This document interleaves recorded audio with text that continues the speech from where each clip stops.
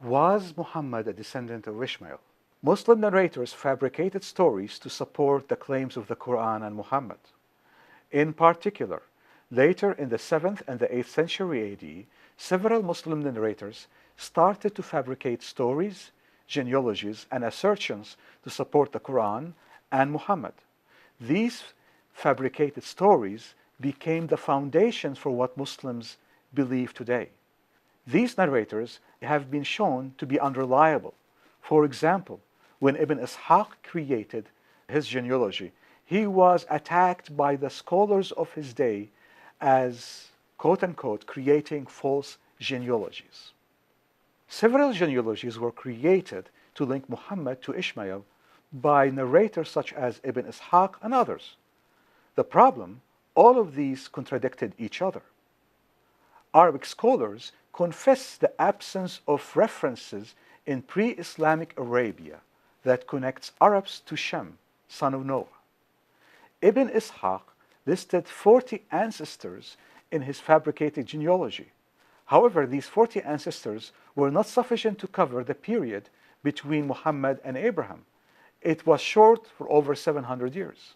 They also inserted Arabic names from their time into these genealogies, into even ancient times, during Noah time, during Abraham time, and so on and so forth. These narrators claim that Ishmael married a woman from Mecca. They claimed that Mecca existed during the times of Abraham. In fact, some claim that Mecca existed at the time of Noah. They invented Arabic names for her and her father. Ibn Abbas and Ibn Ishaq had actually different names for her. The Arabic styles of these names reflected the Arabic styles and the language of their time. Furthermore, they had fabrications about the Amalekites. They inserted the Amalekites, who were descended of Esau, the son of Isaac, and became extant in the 10th century BC, into the genealogy that links Muhammad to Ishmael. They claimed that Amalekites actually lived in Mecca. Ibn Abbas even claimed that Amalekites were Himyarites in Yemen. However, the Himyarites did not exist before the 2nd century BC. And if these lived during Abraham time, they returned back to the 21st century BC. He also claimed that Allah drove them out of Mecca, back to Yemen. These narrators also claimed that ancient Egyptians, the pharaohs, were descendant of these Amalekites. There are more fabrications. For example, they claim that a tribe called Jarham lived in Mecca during Abraham time. They inserted them in these genealogies. However, there is no evidence for such tribe.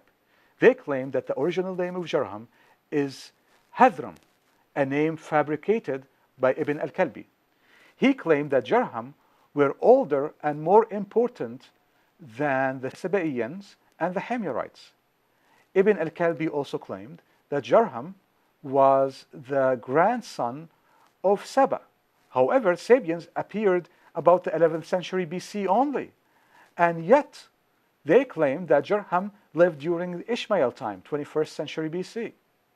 They claimed that Jarham ruled Yemen and Al-Hijaz, yet none of the Yemeni and Hijazi inscriptions contain any single reference to Jarham. Ibn Abbas claimed that Jarham came originally from Damascus to Mecca. They fabricated a poem and attributed it to Jarham. However, the poem utilized the form and styles of later Arabic language.